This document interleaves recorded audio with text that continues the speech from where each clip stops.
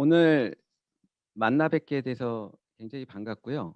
그 이제 코로나로 인해서 직접 만나서 같이 이야기하고 토론했으면 훨씬 더 생생하고 좋은 그 시간이 됐을 텐데, 이렇게 그래도 이렇게 온라인 상으로서라도 만나서 같이 이야기할 수 있는 기회가 주어져서 굉장히 반갑게 생각을 합니다.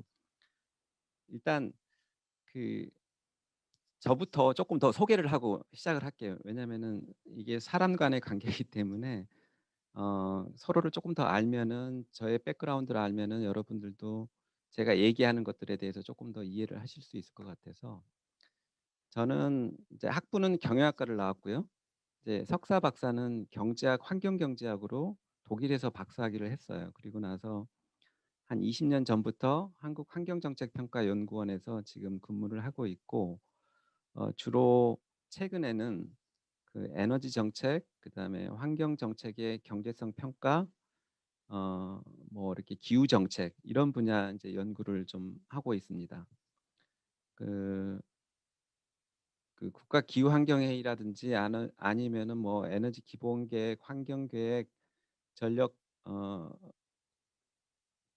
음 전력 산업 기본 계획 같은 뭐 국가 계획에도 이제 참여를 해서 같이 수립을 했고요. 그래서 정책 과정에 조금 많이 참여를 한 경험이 좀 많습니다.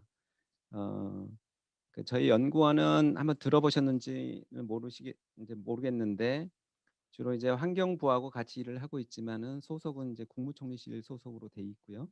그래서 환경 정책과 이제 환경 영향 평가를 같이 하고 있어요. 저는 이제 환경 정책 파트에서 일을 하고 있고, 그래서 오늘은 아까 이제 김지석 캠페이너가 여러 가지 이제 그 그 이제 넷제로 이후의 어떤 넷제로 관련해서 조금 설명을 한 것 같은데, 저는 이제 그 포함해서 좀 국제적인 동향하고 우리나라 그러면 탄소 중립을 해야 되는데, 이게 탄소 중립이라는 게 어떤 의미인지, 그다음에 어떤 방향을 가지고 가야 될지, 그다음에 어떤 과제를 우리가 해결을 해야 되는지, 탄소 중립 달성하기 위해서 이런 부분에 대해서 같이 얘기해 보려고 합니다. 저한테 주어진 시간이 전체적인 1 시간 20 분인데, 어 제가 이제 그 관심이 있어서 이 에너지 전환 청년 프론티어에 이제 참여를 했다고 생각을 하고, 많은 부분을 어느 정도는 기본적으로 알고 있다고 생각을 해서 넘어갈 부분은 좀 넘어가고, 여러분들의 질문이라든지 이런 것들을 좀 답변하는 데 조금 더 시간을 좀 쏟고자 합니다. 그래서 생각보다 일찍 끝나고 그 강의가 그럼에도 불구하고 늦어질 때가 많은데, 말이 길어서 일찍 끝나고 혹시라도 시간이 남으면 제가 또 추가적인 또 이야기를 좀 드릴 도록 하겠습니다. 전체적으로는 기후 변화의 현황하고 이제 탄소 중립에 있어서 국제사회의 목표하고 노력들, 그다음에 탄소 중립을 해 나가는데, 탄소 중립이라는 게 굉장히 어떻게 보면 간단해요. 지금 현재는 2050 년에 탄소 배출을 0으로 만든다. 뭐 배출 또는 순 배출을 0으로 만든다. 이 자체는 굉장히 간단한 산수잖아요. 모든 것들을 배출을 0으로 만든다. 그렇지만은 이걸 달성하기 위한 방식들은 여러 가지 방식들이 있어요. 그래서 여러 가지 방식 중에 하나의 방식을 제가 연구한 것 중에서 조금 설명을 드리면서, 물론 이제 이 방식이 굉장히 특수한 방식은 아니고, 여러 저기 UK의 영국의 뭐 넷제로라든지 아니면 다른 나라의 탄소 중립 시나리오와 유사한 어떤 전략들을 갖고 있는 이제 방식이 되겠죠. 좀 설명을 드리고, 그리고 지금 현재 이제 앞으로 당장 시급하게 탄소 중립을 달성하기 위해서 해결해야 될 과제들, 그런 과제들을 같이 좀 얘기를 나눠 보도록 하겠습니다. 이제 온난화 가속화되고 있다는 건 전체가 다 아시는 사항일 거고요. 그래서 어 이거 뭐 조금 상식 차원에서 뭐 알고도 있겠지만, 상식 차원에서 한 번만 더 얘기를 하면은, 우리가 산업화 이전 대비하면은 산업혁명은 보통 1750 년대 뭐 이 당시 18 세기라고 하는데, 기후 논의에서 산업화 이전 대비는 통상적으로 1880년에서 1920년의 평균 값 또는 1850년에서 1900년의 50년간의 평균값을 사용을 합니다. 왜냐하면은 두 가지 이유가 있는데 첫 번째는 그전에는 전 지구를 커버하는 과학적인 관측 자료가 없어요. 그렇기 때문에 우리가 알 수 있는 자료들이 최선의 자료들이 어느 정도 과학적인 관측이 계측을 했던 자료들이 이 당시 자료가 시작이기 때문에 이 자료를 쓰는 거고 통상적으로 기상은 굉장히 자꾸 매년 변하잖아요. 기상은 매년 최고 기온이 뭐 2-3 도씩은 반드시 변하고 있으니까 그래서 우리가 통상적으로 기후라고 하고 평균 온도를 쓰면은 30년 정도의 기간의 어떤 평균 온도를 씁니다. 그래서 40년, 50년 산업화 이전 대비 이 온도를 이렇게 쓰고 있고 그리고 그 이전에 갖고 있던 자료를 우리가 보더라도 18세기 그러니까 1700년에서 1800년 사이의 평균 기온이 지금 우리가 얘기하는 1880년에서 1920년 사이의 평균 기온에 비해서 거의 유사하거나 0.1도 정도 낮다고 판단이 돼요. 그렇게 이제 과학자들이 인제 판단을 하고 있는데 그래서 통상적으로 기후 얘기할 때 산업화 이전의 온도들은 1880에서 1920년 또는 1850에서 1900년 사이 평균 기온을 사용을 합니다.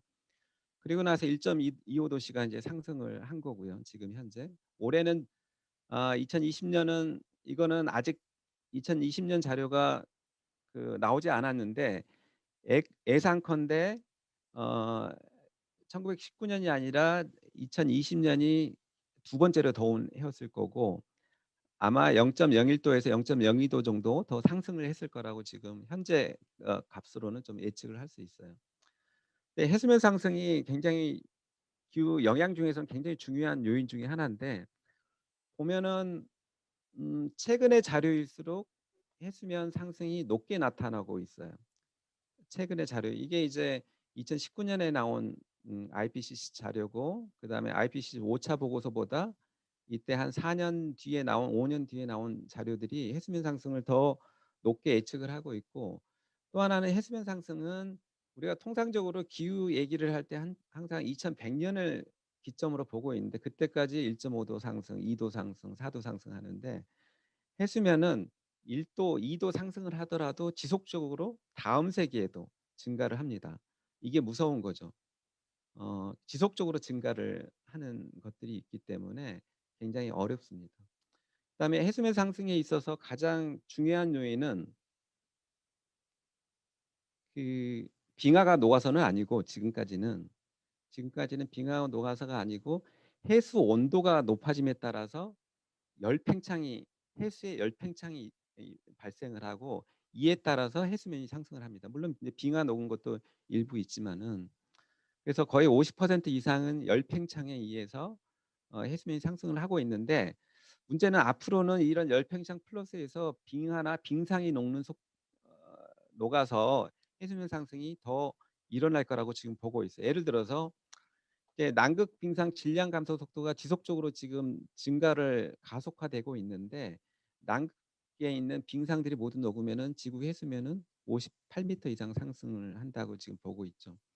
58m면은 어느 정도 될까요? 굉장히 높은 수준의 되겠죠. 왜냐하면은 이게 58m면은 뭐 얼마 안 돼 보이는데 지금 현재 우리가 갖고 있는 인프라들이 지금 현재 해수면에 맞춰져서 지금 건설이 돼 있어요. 예를 들어서 하수구. 자, 부산에서 하수를 처리하면은 그 하수구를 바다 쪽으로 쭉 내밀어서 하수를 내보내고 있거든요. 근데 이 하수구가 결국은 지금의 해수면에 맞춰져서 지금 내보내고 있는데 이게 이제 해수면이 더 높아지면은 하수구뿐만이 아니라 하수도 자체가 역류하는 것들이 생기게 되겠죠. 그래서 모든 것들이 50cm, 1m만 올라가더라도 그 해안가에 있는 또는 저지대에 있는 모든 도시 인프라들을 다시 재설계하고 재구축을 해야 됩니다. 그래서 그런 어려움들이 있게 됩니다. 자, 국가별 온실가스 감축량은 다들 잘 아시다시피 우리나라가 한 12 정도를 하고 있어요. 전체 온실가스 배출량을 따지면은. 그러니까 순 배출량 기준입니다. 롤루CF를 포함한다는 거는. 근데 누적 배출량도 한 16위 정도 돼요. 누적 배출량도. 자, 16위 정도 되면은 무슨 얘기냐면은 이제 과거에 우리가 못 살아서 지금 개발을 해 왔는데 지금 이제 개발을 이제 선진국으로 개발 더 나아가기 위해서 개발을 해서 지금 온실가스 더 배출을 해야 되지 않느냐 하는 이런 핑계를 더 이상 못 댄다는 거죠, 지금. 벌써 16 이니까. 우리가 GDP가 통상적으로 12, 13위 정도 합니다. 우리나라가 전 세계 GDP가 12위, 13위 어 정도 하는데 13위 정도 하는데 어 그런 어떤 GDP 순위하고 지금 배출량 순위하고 거의 유사하죠. 그래서 이제 어 국제사회에서 온실가스를 감축을 인제 해야 되는데 그러면은 우리가 지향하는 온난화 목표가 뭐냐? 이렇게 봤을 때 지금은 탄소 중립 얘기하면서 1.5 도시로 전부 다 넘어왔지만 2007 년에 나온 IPCC 4차 보고서, IPCC 4차 보고서는 그 IPCC는 그 다들 알겠죠? Intergovernmental Panel on Climate Change라고 그래서 기후 변화에 대한 국가 간 협의체인데 여기서는 주로 과학자들이 모여 있고요. 과학자들이 물론 거기서 직접적으로 일을 하는 건 아니지만은 네트워크로 모여 있고 그래서 주요한 일들은 기후 변화에 대한 과학적인 평가 보고서를 만드는 게 이게 주요한 일이에요. 그래서 한 5 년에서 6 년에 한 번씩 어세스먼트 리포트라는 걸 냅니다. 그래서 4차 보고서가 2007 년에 나왔고 5차 보고서가 AR이라고 그러는데 그게 이제 2013 년 14 년에 나왔는데 4차 보고서에 최초로 2 도시가 목표로 국제사회의 기후 변화 대응 목표로 설정이 되고 파리 협정에서는 2015 년에 있었던 파리 협정에서는 2 도시가 아니라 well below 2 degrees Celsius라고 그래서 2 도시보다 조금 더 낮은 훨씬 낮은 훨씬은 아니겠죠. very 어느 정도 낮은 그게 이제 통상적으로 1.75도 이거는 그 어디에서 국제 기구에서도 어디에서도 얘기를 하지 않지만 통상적으로 1.75도에서 1.8도 정도로 보고 있어요. well below 2 degree Celsius는 조금 낮아졌죠. 근데 그러니까 파리 협정 자체가 사실은 2도시를 지지하는 조금 개발 지향적 국가들하고 1.5도를 지지하던 EU를 포함한 어떤 기후 어 보호 국가들, 기후 보호 우선 국가들 사이의 타협의 산물입니다. 그러니까 EU 국가들은 파리 협정에다 1.5 도시를 목표를 놓고 싶었는데 이제 반발이 심해서 이런 형태로 이제 타협이 된 거죠. 그래서 2018 년에 인제 IPCC 1.5 도시 보고서가 나와서 그래서 이제 그 파리 협정이라는 거는 국가 간 그 UNFCCC라는 게 있죠. UN 어 국제연합 그다음에 Framework Convention on Climate Change 이게 결국은 국제 기후 변화 UN 기후 변화 협약인데 1992 년에 이제 체결이 되고요. 이 협약이 거의 모든 국제적인 기후 변화 협상이라든지 협력이라든지 이거를 규정을 하고 있습니다. 그래서 이 협약 프레임워크 컨벤션의 당사국들 파티라고 그러는데 당사국들의 총회가 매년 있고 2015 년에 있었던 파리에서 있었던 총회에서 파리 협정이 이제 채택이 되고요. 근데 그 파리 협정에서 아까 말했듯이 그 기후변화 목표 1.5 도에 대한 논의가 있었는데 채택은 되지 못합니다. 다만 여기에서 IPCC에 요청을 하죠. 1.5 도하고 2 도시의 차이에 대해서 과학적인 차이에 대해서 보고를 해 달라. 연구를 해서 보고를 해 달라.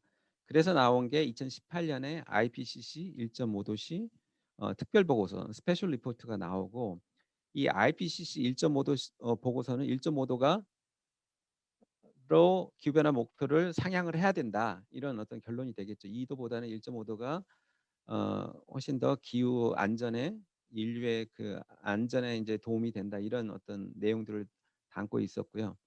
그래서 일정 이 이후에 그다음에 2019년 유엔에 있었던 기후 정상회의가 있었는데 그 기후 정상회의 이후로 1.5도씨가 국제사회의 목표로 지금 대응 목표로 되고 있고 1도씨는 근데 이게 1.5도씨도 높다는 연구자들도 꽤 있어요. 그러니까 1도씨 예를 들어 1도씨도 높다. 그러니까 지금이 간빙기, 빙하기 사이에 있는 간빙기인데 지금이 홀로슨이라는 간빙기예요, 지금이. 근데 지금의 간빙기 이전에 그러니까 빙하기 한번 걸치고 나서 그 이전 간빙기가 에미안기라고 있어요. 그 에미안기의 평균 온도가 산업화 이전보다 1도 정도 높은데 그때 평균 해수면이 6에서 9m 정도 지금 해수면보다 높다는 거죠. 그러니까 1도씨가 우리가 지속이 되면은 300년, 400년, 500년이 지나면은 해수면이 6에서 9m 올라간다는 거예요, 지금보다. 그러니까 그렇기 때문에 1도 정도도 높은 수준이다. 이런 어떤 연구자들도 있습니다. 자, 그래서 아까 이제 1.5도씨 보고서에서 어 이제 얘기를 했죠. 그래서 어 결국은 그 이게 빨간색이 여기 와야 되는데 이게 이쪽에 와 있네 지금. 그래서 1.5도씨를 달성을 인제 하려면은 결국은 남아 있는 그 우리가 인류가 배출할 수 인위적으로 배출할 수 있는 남아 있는 배출량이 얼마인가 2018 년부터. 그게 7,700억 톤 50% 정도로 1.5도씨를 확률로 가능성으로 1.5도를 달성하기 위해서. 예 또는 이건 너무 이제 그 가능성이 낮기 때문에 한 통상적으로 67%한 3분의 2의 가능성으로 어 1.5도를 달성하려고 그러면은 앞으로 남아 있는 배출량이 5,700억 톤밖에 안 된다. CO2가. 이런 어떤 결론들이 나오죠. 그러면 이 남아 있는 것들을 이제 각 국가별로 나눠 가져야 되겠죠, 이 배출량을. 그래서 이제 1.5도씩 보고서에 따르면은 1.5도로 가기 위해서는 우리가 가기 위해서는 그럼 온실가스 배출을 어떻게 해야 되냐? 아까 이제 5,700억 톤을 어떻게 배분을 하느냐가 문제겠죠. 그러니까 여기 밑에 있는 어 이 밑에 있는 부분들이 전부 다 합하면은 이게 그 수학적으로는 이게 적분이 되겠죠. 이게 전부 다 적분을 하면은 이 면적이 결국은 5,700만 톤 어 5,700억 톤 정도가 되는 것들이죠. 그래서 여러 가지 이것들을 달성할 수 있는 것들이 있는데 대부분은 보면은 넷제로 달성하는 거 배출이 순제로가 되는 것들이 2050년이 돼야 된다는 거죠. 자, 근데 이거는 글로벌한 거예요. 전 지구적으로 글로벌한 탄소 중립을 우리가 2050년에 해야 된다는 겁니다. 어 2030년에는 한 45%를 감축을 해야 되고요. 그리고 이제 이렇게 가야 되는데 이제 1.5도를 하면 요렇게 뚝뚝뚝 떨어져야 되는데 그러면 현재 우리가 배출하고 있는 건 어떠냐? 우리가 그리고 아까 파리 협정에 따라서 세계 각국은 2030년 감축 목표를 또는 배출 목표를 전부 다 유엔에 제출하게 돼 있습니다. 그걸 NDC라고 그러는데 NDC Nationally Determined Contribution이라 그래서 자발적으로 제출하게 돼 있는데 근데 문제는 이런 어떤 국가가 현재 세계 각국이 목표로 하고 있는 감축량 또는 배출량을 전부 다 합하면은 2100년에 1.5도는 택도 없고 3도씨, 3.2도씨까지 올라간다는 그런 어떤 수준의 지금 배출량을 보이고 있는 거예요, 현재 목표는. 그래서 실제로 2050년 것도 중요하지만 2030년 목표를 상향한다. 그러니까 이게 이제 국제적으로 굉장히 큰 논의가 되고 있습니다.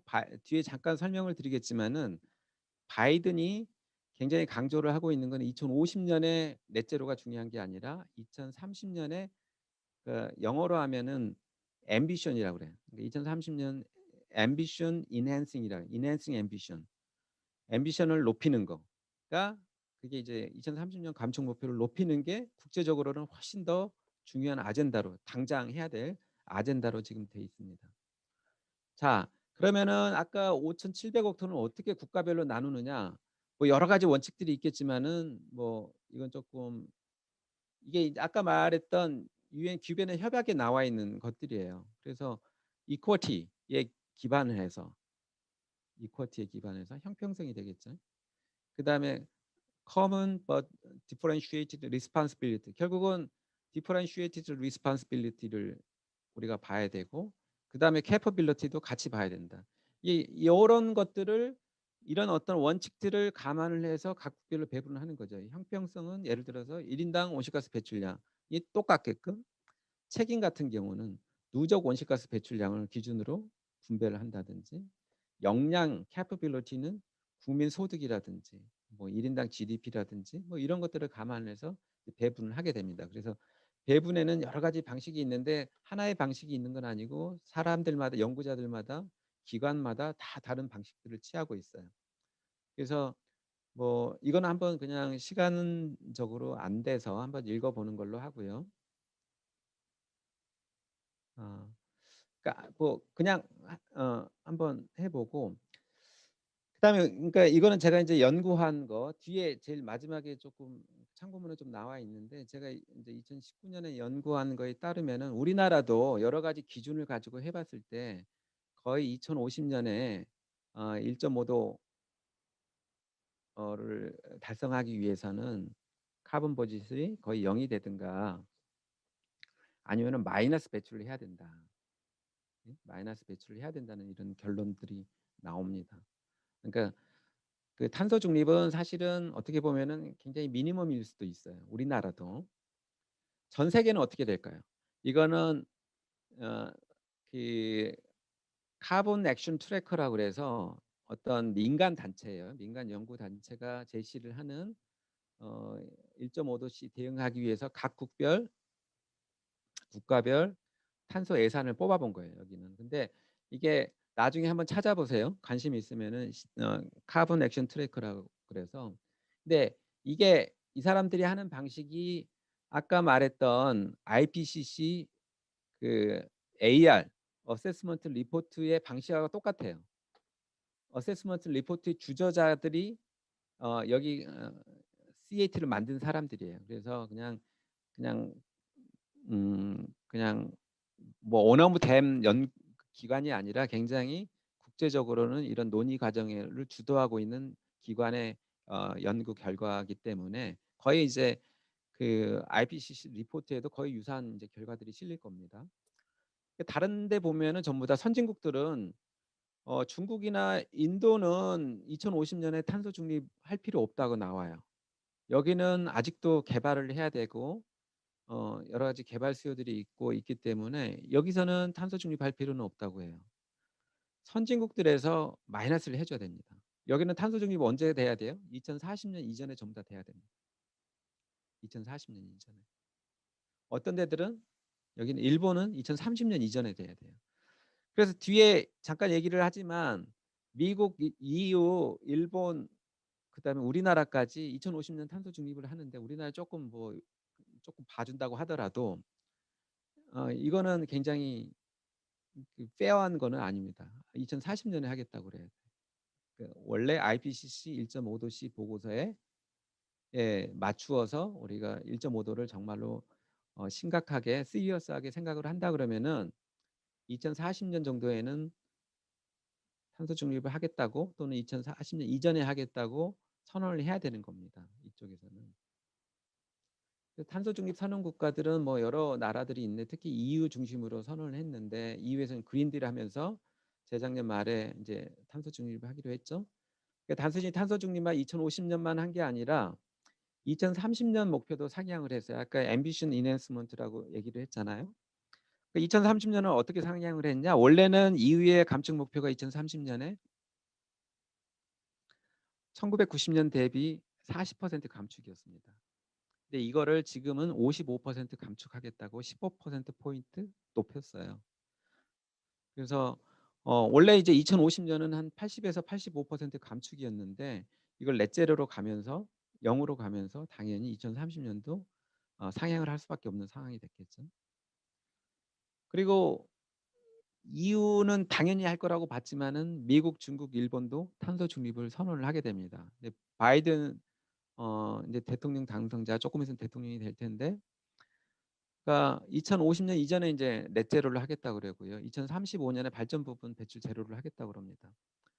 자, 여기서 중요한 건 아까 말했듯이 2030년 감축 목표 상향이 굉장히 중요하고요. 탄소 국경세를 도입하겠다고 하고 있죠. 그러니까 시진핑이 2060년 이전에 탄소 중립을 하겠다고 합니다. 이 시진핑의 중국의 2060년 이전 탄소 중립은 미국이라든가 EU의 2050년 탄소 중립보다 훨씬 강한 거예요. 자, 아까 여기서 한번 보시죠. 이게 지금 중국이거든요. 중국은 사실 얘네들도 이 국제 기관에서도, 그러니까 연구 기관에서도 한 2060년이나 70년에 탄소 중립하면은 글로벌하게 탄소 중립이 된다고 보던 자료입니다. 그렇기 때문에 사실상 2060에 중국의 탄소 중립이 EU나 미국의 2050년 탄소 중립보다 훨씬 더 강력한 조치이고 강력한 목표겠죠. 일본도 했고 우리나라도 발표를 했죠. 그래서 이제 탄소 중립은 결국은 두 가지 이유로 이제 무역 장벽 또는 무역 이슈가 경제 이슈로 되는데, 하나는 둘 다 이제 EU라든가 미국이라든가 보더 어저스먼트를 탄소 국경 조치라고 해서 얘기를 합니다. 이유는 아마도 EU에서 이제 배출권 거래제를 하고 있기 때문에 배출권 거래제의 확장판으로 이런 탄소 국경 조치를 할 거라고, 국경 조정 조치를 할 거라고 예상을 하고 있고요. 미국은 아마도 자국 내 탄소세를 부과를 하면서 타국에도 탄소세를 부과를 하는 형태로, 수입품에 대해서도 하는 형태로 아마 갈 것 같아요. 근데 이것뿐만이 중요한 게 아니라 기업들도 결국은 이런 부분들을 굉장히 중요하게 생각을 합니다. 그러니까 뭐 기존에는 알리백이라고 그래서 기업들이 나는 우리 기업에서, 우리 공장에서, 또는 우리 우리 어쨌든 기업 내에서 사용하는 모든 전기는 재생에너지를 사용할 거야. 이게 바로 알리백 선언이거든요. 알리백. 이게 한 거의 이제 300개 정도 기업들이, 전 세계 기업들, 주요 기업들이 선언을 했습니다. 지금 당장 하거나 또는 2025년까지 하거나 뭐 이런 형태로. 우리나라도 SK 이제 6개사가 작년 말에 이제 선언을 하게 됐고요. 근데 이게 더 나아가서 애플 같은 경우는 2030년에 공급망을, 서플라이 체인이 있죠. 자기들한테 납품하는 업체들도 탄소 중립해서 생산하지 않으면은 납품받지 않겠다, 이렇게 선언을 합니다. 그러니까 애플의, 예를 들어서 애플 아이폰에 삼성전자의 램이 들어가고, 그다음에 메모리 카드가 들어가고, 그다음에 뭐 SK 하이닉스도, 그다음에 뭐 배터리도 들어가고 그러잖아요. 그럼 배터리랑 반도체 기기들이 못 들어가는 거예요. 우리나라에 생산하는 거는. 우리나라에서는 아직 재생에너지가 충분하지 않아서 재생에너지 100%로 이 공장들을 돌리질 못합니다. 그래서 국내에서 알리백이 불가능하면은, 삼성전자나 LG화학이라든가 이런 불가능하면은 공장하고 생산 물량을, 공장을 명시적으로 이전을 못하면은 생산 물량을 옮기는 거죠. 외국 공장에서 더 많이 생산을 하는 거예요. 이것도 원래 우리나라에서 뭐 고용을 1,000명을 더 고용을 해서 할 수 있을 텐데 고용을 안 하는 것들이죠. 이게 경제적인 문제로 되겠다. 그러니까 소니도 벌써부터, 소니가 일본 정부한테 야, 너희들 제대로 지금 재생에너지 정책 못해서 일본의 재생에너지가 얼마 안 돼서 우리 지금 이런 어떤 공급망에 빠질 수밖에 없어. 제대로 안 하면은 우리 공장 회의로 이전할 거야. 이렇게 경고를 하고 있죠. 일본도. 우리나라도 지금 하고 있는 셈이고요. 어떻게 되면은. 그래서 대통령이 탄소 중립을 선언을 하고 굉장히 어쨌든 과감한 목표였고, 근데 다른 국가들, 우리나라하고 지금 무역을 하고 있는 대부분의 국가들이 탄소 중립을 선언을 하는데, EU 선언하고 4대국이 EU, 미국, 일본, 중국이잖아요. 근데 다 선언했잖아요. 탄소 중립을.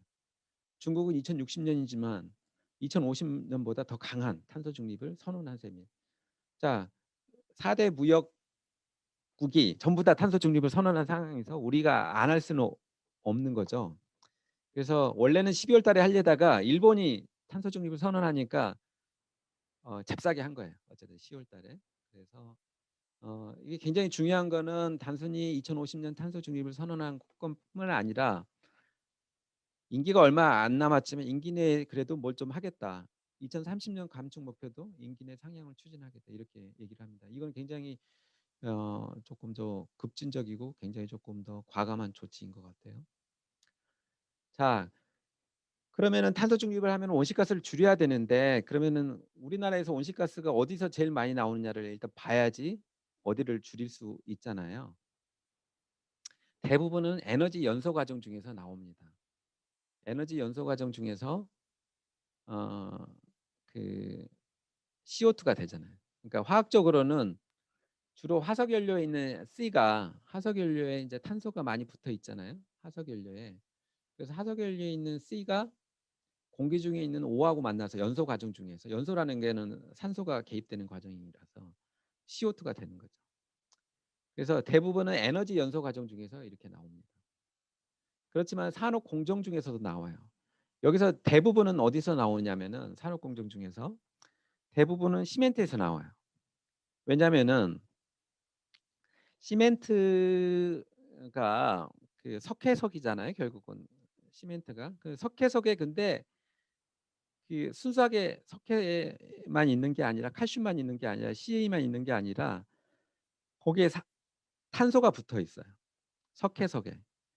그래서 시멘트를 만드는 과정 중에서 그 석회석에 있는 C를 탄소를 제거를 할 수밖에 없습니다. 그러면 그 제거된 탄소가 결국 CO2로 나오게 돼요. 그래서 공정 중에 산업 공정 중에 이거는 연소를 과정 중에 아니라 공정 중에 나오게 됩니다. 그래서 시멘트에서 주로 나오게 되고요. 그래서 대부분은 에너지 연소하고 결국은 시멘트 산업에서 지금 나오게 돼 있는 것들이죠.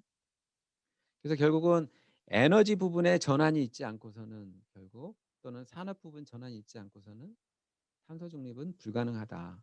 우리나라 전체 온실가스 배출량의 87%가 에너지 연소 과정 중에 나오게 됩니다. 어. 그래서 대부분의 이제 그 탄소 중립 에너지 전환 어, 하기 위해서는 어느 나라건 또는 어느 연구기관이든 가장 핵심은 이 앞에 세 가지예요. 에너지 수요를 줄이자. 그런 전략을 하든지 에너지 효율을 개선을 하든지 에너지 수요를 디맨드를 최대한 줄여놓자. 그러니까 줄인 에너지는 가급적이면 전기로 쓰자. 왜냐하면은 재생에너지가 탄소가 나오지 않는 재생에너지를 이용하는 가장 좋은 방식이 전기에너지이기 때문입니다. 그래서 가급적이면은 수요는 전기화시키자. 과거에는 전기에너지로 전기화시키는 걸 굉장히 안 좋게 생각을 했습니다. 왜냐하면은 화석연료 같은 경우는 그 화석연료 그 석유라든지 석탄이 갖고 있는 또는 가스가 갖고 있는 에너지량의 기껏해야 40% 정도만 전기로 만들 수가 있어요. 그러니까 화석 연료를 사용해서 전기를 생산하면은 원래 화석 연료가 갖고 있는 에너지량의 40%밖에 전기가 안 나옵니다. 전환 과정 중에 손실이 너무 많아요. 근데 재생에너지는 전환 과정 중에 손실이 없습니다. 그 바로 그 전기로 생산을 하기 때문에 그래서 과거에는 전기화에 대해서 두려움이 많았지만 앞으로는 에너지는 탄소 중립에 대해서는 전기화를 과감하게 추진을 해야 됩니다. 그래서 대부분의 국가에서 탄소 중립 시나리오는 60% 이상을 전부 다 에너지 수요의 60% 이상을 전기로 생각을 하고 있어요. 자, 그러면은 전기는 뭐로 할 것이냐? 결국은 재생에너지로 해야 된다. 탈탄소화 시켜야 된다. 전기를. 이 세 가지가 핵심이에요. 근데 우리나라는 이쪽이 조금 더 많습니다. 이제 산업 부분에서 원료용으로 연료가 아니라 연료라는 거는 뭐 열을 내게 하는 것들이잖아요. 그게 아니라 원료로서 쓰이는 것들이 있어요. 피드스탁으로. 우리나라는 그래서 우리나라가 산업 부분 에너지 사용량이 굉장히 높습니다. 한 57% 정도를 산업 부분에서 에너지를 쓰고 있는데 그 이유가 단순히 산업 부분에서 연료로서 사용하는 것도 있지만 원료로 사용하는 것들이 또 꽤 많습니다. 그러니까 뒤에 조금 설명을 드릴게요. 이 부분은. 자, 그러면은 에너지 수요 감축을 하기 위해서는 뭐 집약도를 이렇게 요것들은 뒤에 있는 제가 했던 연구에서 하나 갖고 온 것들인데 결국은 어 굉장히 조금 감축을 매년 효율을 한 3% 정도 개선하는 방식으로 좀 진행을 해야 된다. 그럼 어떻게 해야 되느냐? 어 결국은 화석연료 이용량을 절감하는 것 중요한데 우리가 통상적으로 알고 있는 수단들은 결국은 세제입니다, 세제. 그러니까 화석연료를 비싸게 만드는 거예요. 화석연료를. 화석연료에 를 사용함에 따라서 여러 가지 발생하는 비용들이 지금 그냥 지불되지 않고 있는 비용들인데 그걸 우리가 환경 비용, 외부 비용이라고 하는데 예를 들어서 화석연료 태우면은 거기에 이산화탄소 나오고 뭐 미세먼지 나오고 그러잖아요. 근데 거기에 따른 비용들을 지불을 하지 않습니다, 화석연료를 태우는 사람들이. 근데 거기에 대한 과세를 하는 것들. 뭐 그러게 인제 세제고 또 우리나라는 탄소세 대신에 배출권 거래제를 라는 제도를 갖고 있는데 배출권 거래제의 문제들 이런 부분들이 인제 어 그 강화를 시키면은 화석연료 가격을 비싸게 만들어서 비싼 것들을 덜 소비하게끔 할 수 있겠죠. 그게 이제 시장 경제적으로 화석연료 또는 에너지 이용을 줄이는 방식입니다.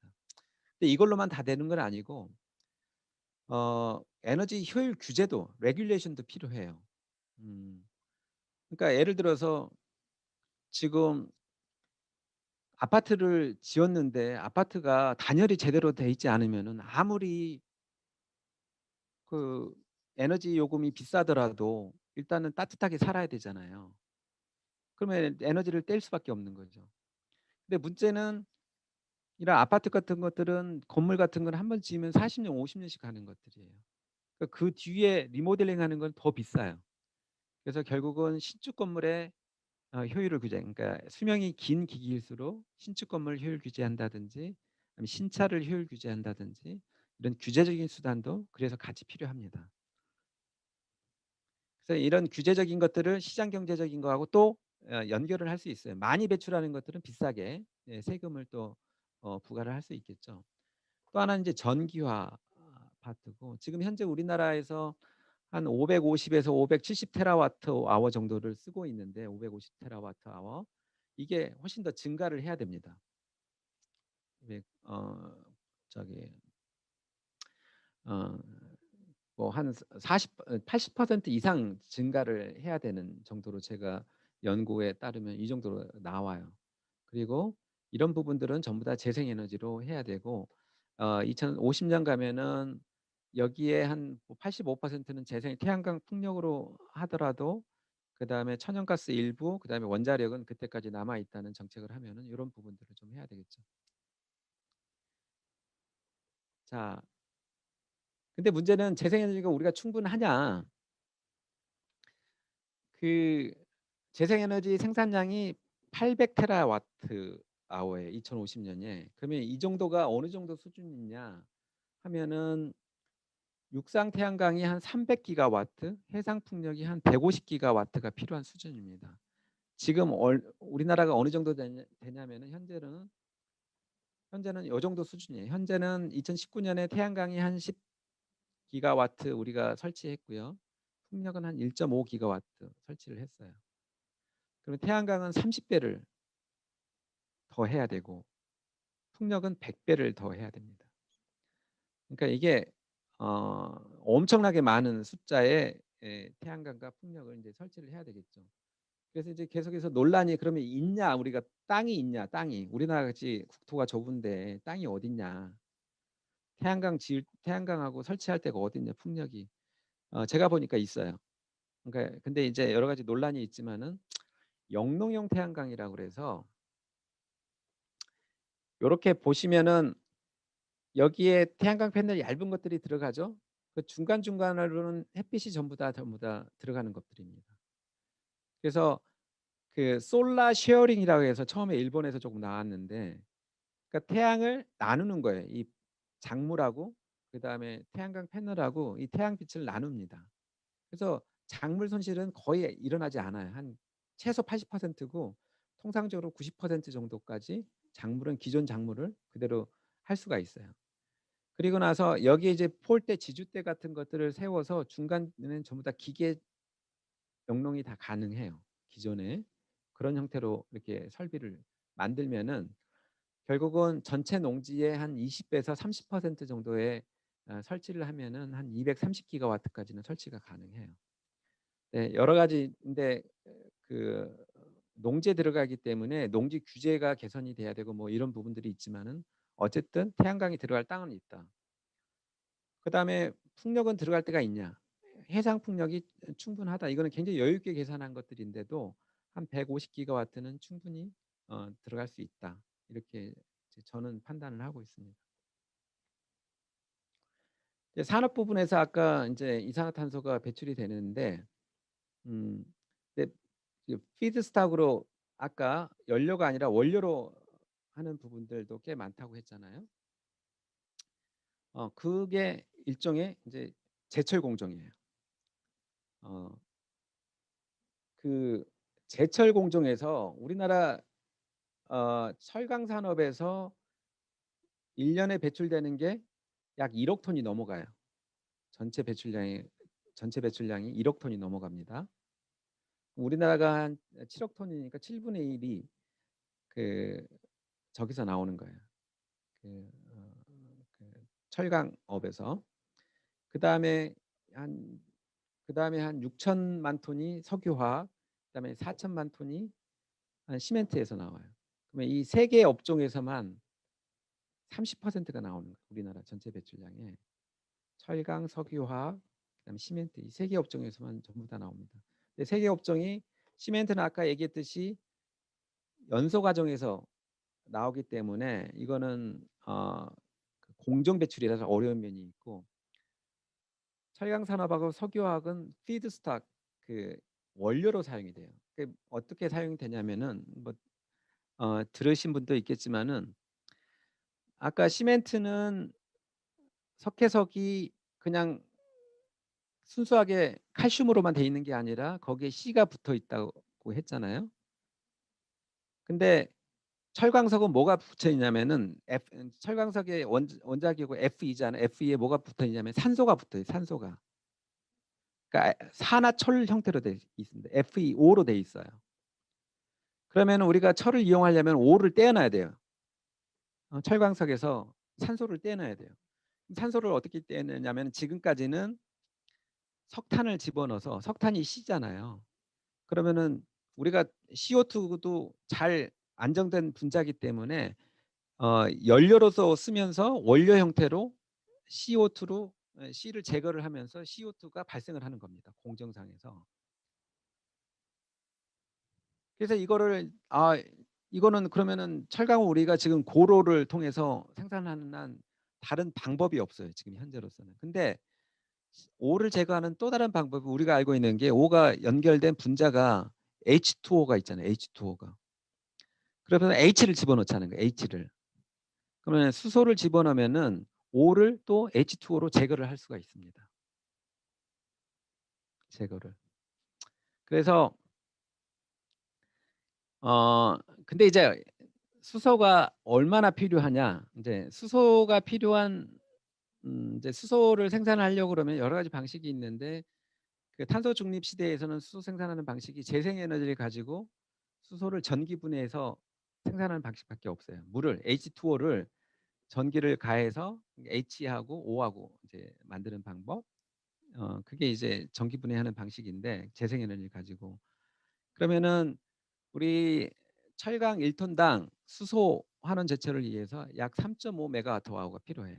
그러면은 우리나라가 고로에서 고로라는 거는 철강을 만드는 방식이 두 가지 방식이 있는데 첫 번째는 고로라고 그래서 거기다가 아까 얘기했던 철광석을 집어넣고 거기다가 그 석탄 이제 석탄을 조금 분말시킨 게 코크스라는 건데 그걸 집어넣어서 같이 어, 그 고로 안에서 여러 가지 이제 반응이 있어서 거기서 CO2가 나오고 그다음에 쇠가 녹는 철강이 녹는 어떤 그런 과정들을 거치는 고로 방식이 있고 하나는 고철을 전기로 전기를 통해서 고철을 녹여가지고 샘물을 만드는 방식이 있는데 그러니까 우리가 전체적으로 생산량이 한 7천만 톤에서 7,500만 톤 정도 되는데 철강이 그다음에 한 5천만 톤이 고로에서 생산을 합니다. 자, 그러면 고로의 생산을 전부 다 이제 지금은 탄소환원 제철인데 수소환원 제철로 하려면은 175 테라와트 아워가 재생에너지가 필요한 거예요. 이 수소를 하기 위해서. 그러면 이거는 지금 현재 우리나라 발전량이 3분의 1인 거예요. 이거 엄청나게 높죠. 그래서 이게 지금 넘어가야 되는데 재생에너지로 넘어가긴 가야 되고 산업 부분에서도 원료로 쓰이는 부분들을 전부 다 그 다른 방식으로 기술 개발을 통해 대체를 해야 되는데 굉장히 많은 어려움이 있다. 재생에너지. 그다음에 수소가 굉장히 비싸요. 탄소에 비해서. 가격이 그 철강 가격이 2배 정도 올라갈 겁니다. 그래서 이런 부분들은 국제 경쟁력 문제가 있기 때문에 전 세계적으로 같이 규제를 통해서 해결해야 되지 않을까 생각을 합니다. 자, 그러면은 이제 마지막으로 이제 있는데 그러면은 정부가 앞으로 이제 해야 될 것들이 무엇이냐에 대해서 우선 추진 과제에 대해서 조금 말하기 전에 정부의 역할이 뭘까? 이제 시장 경제에서 여기에 대해서 우선적으로 조금 한번 같이 얘기를 해보죠. 제가 보니까 여기에 이제 공학하신 분도 많고 또 경영학, 경제학 또 사회과학 쪽 하신 분도 있는데 지금 현재 우리 경제는 시장 경제잖아요. 계획 경제가 아니라 국가에서 너 얼마만큼 반도체 100만큼 생산해, 그다음에 옷 100장 생산해 이런 게 아니라 자발적으로 기업들이 자기의 의지에 따라 생산을 하고 생산을 했는데 못 팔면 망하기도 하고 그런 어떤 시장 경제잖아요. 시장 경제에서 정부가 하는 역할은 뭐냐? 통상적으로 했을 때 심판의 역할을 많이 강조를 합니다. 그러니까 결국은 시장 경제라는 거래 시스템이죠. 이것들은 이, 이 거래 시스템을 예를 들어서 내가 상점에서 물건을 팔고 있는데 도둑들이 들어와서 또는 뭐 강도가 와서 물건을 훔쳐가면 안 되잖아요. 이런 치안 기능도 굉장히 중요한 시장 경제에서 중요한 역할들이죠. 경제 시스템 자체를. 근데 단순히 이런 외적인 그 치안의 문제만 아니라 시장 경제에 여러 가지 룰들이 있어요. 그 룰들을 결국은 만들고 집행하는 것들이 규칙을 제정하고 집행하는 것들이 시장 경제 심판의 역할로서 굉장히 중요합니다. 또 하나는 시장이 못하는 것들이죠. 그러니까 이런 시장 자체는 여러 가지 룰의 집합인데 시장 자체가 룰을 만들 수는 없잖아요. 규칙을. 시장이라는 거는 일종의 가상의 공간이기 때문에 시장 자체가 시장 경제가 만들 수는 없는 거예요. 그래서 누군가가 룰을 만들고 룰을 집행을 해야 되는 게 있는데 그거를 정부라고 하자 또는 국가라고 하자 한다는 거죠. 근데 이제 케인지안이라고 해서 이제 경제학의 일 분파가 있는데 여기에 따르면은 어, 시장 경제가 못하는 것들이 있어요. 시장에다만 놔두면은 못하는 게. 그러니까 결국은 어떤 조건에 따르면은 수요가 공급에 비해서 부족하는 상황들이 발생을 합니다. 그럴 경우에는 정부가 나타나서 유효 수요를 창출, 빚을 내서라도 지금 현재 같은 경우죠. 빚 내서 정부가 지금 어려운 상황에서 유효 수요를 만들어 주는 거예요. 창출을 해 주는 거.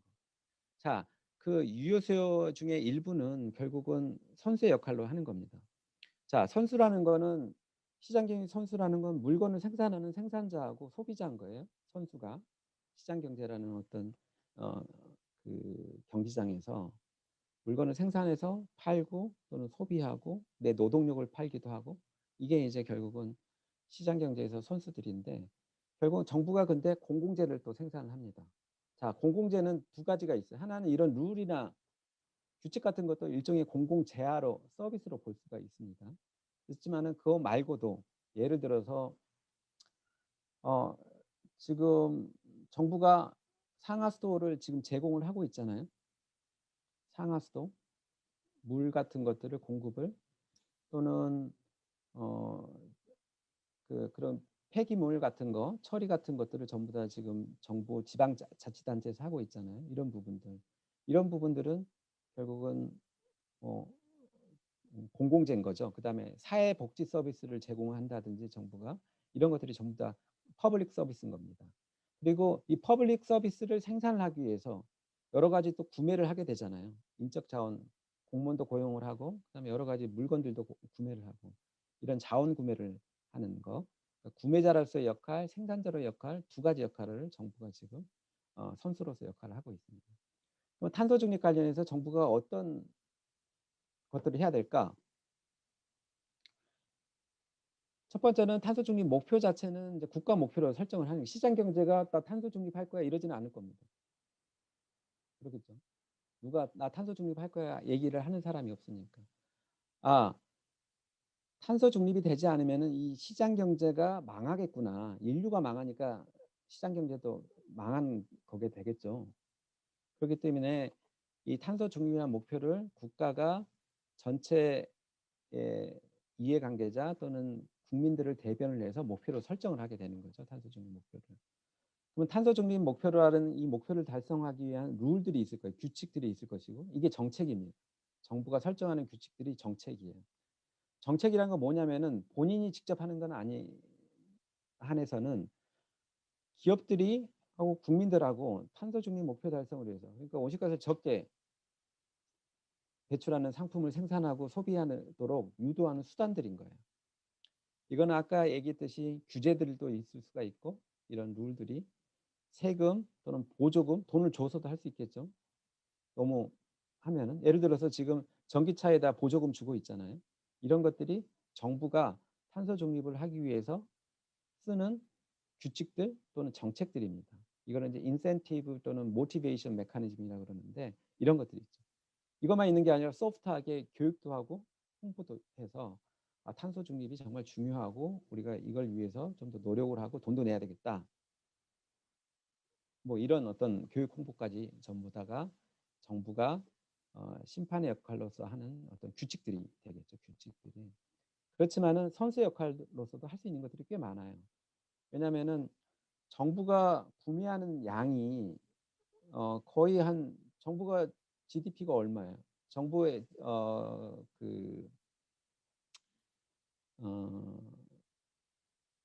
정부 예산이 전체 예산의 전체 GDP의 약 20%, 25% 정도를 차지합니다. 우리나라 20% 정도로 20에서 25% 정도를 차지를 하는데 이만큼 사실 구매를 한다는 거예요. 그럼 구매할 때 저탄소 제품이면 이제 안 살 거야. 녹색 구매. 그러니까 어, 그런 어떤 정책들을 취하면은 굉장히 탄소 중립에서의 선수의 역할로서도 탄소 중립의 역할을 할 수가 있겠죠. 근데 여기서는 주로 뒤에 얘기할 것들은 이런 선수의 역할이라기보다는 심판의 역할에서 어떤 정책을 할 것이냐. 자, 우선은 일단은 탄소 중립 달성을 위해서 준비를 체계하는 작업들이 필요해요. 이게 이제 정부가 지금 마련한 계획들입니다. 이 부분들은 먼저 2050년 탄소 중립을 어떻게 달성할 것이냐. 아까 그 제가 제시했던 그 시나리오에는 CCS는 없어요. 그러니까 이산화탄소를 포집하고 저장하고 이용하는 어떤 기술은 거기 들어가 있지 않습니다. 근데 그게 굉장히 중요할 수도 있어요. 그래서 그 아까 거는 재생에너지 위주로 가는 어떤 시나리오였다면 CCUS를 어느 정도 이용하는 시나리오가 또 있을 수가 있어요. 그래서 다양한 시나리오들을 우리가 미래에 대해서 전망을 하고 시나리오를 개발을 해볼 수는 있겠죠. 그리고 나서 그런 어떤 시나리오에 비추어서 적절한 지금 우리가 무엇을 할 것인가에 대한 부문별로 발전, 수송, 건물, 산업 이게 크게 에너지를 사용하는 부분이고 온실가스를 배출하는 부문들입니다. 이 부분들을 별로 탄소 중립 전략을 마련하는 것들이 좀 필요하겠죠.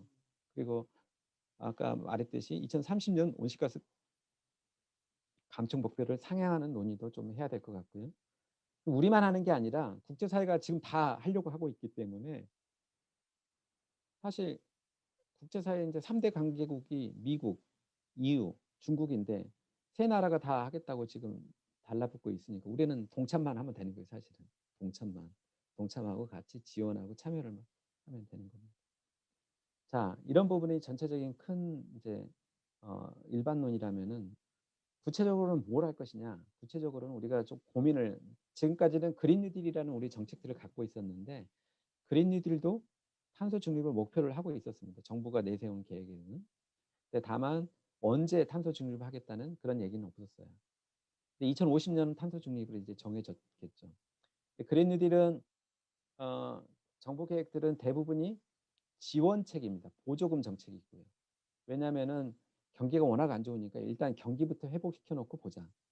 경기를 리커버리 하는데, 회복시키는데 녹색으로 리커버리 하자. 이게 이제 그린 뉴딜의 핵심 정책입니다. 근데 그린 뉴딜은 그보다는 좀 더 큰 얘기들이죠. 사실은 장기적인 경제사회의 시스템의 전환을 내세우는 게 그린 뉴딜인데, 그런 부분에서 탄소 중립이 2050년에 필요한 것이고, 그러기 위해서는 단순히 지원책만은 안 되고 아까 얘기했듯이 규제 정책도 반드시 필요하다.